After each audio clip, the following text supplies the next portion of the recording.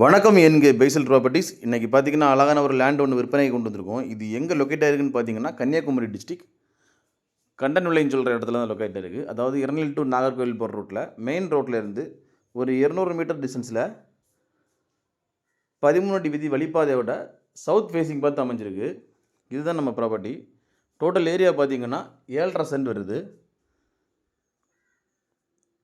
எல்லாமே தொட்டு எல்லாமே வீடுகள் தான். இது ஒரு வீட்டு மனையில் தான் அந்த லேண்ட் இருக்குது.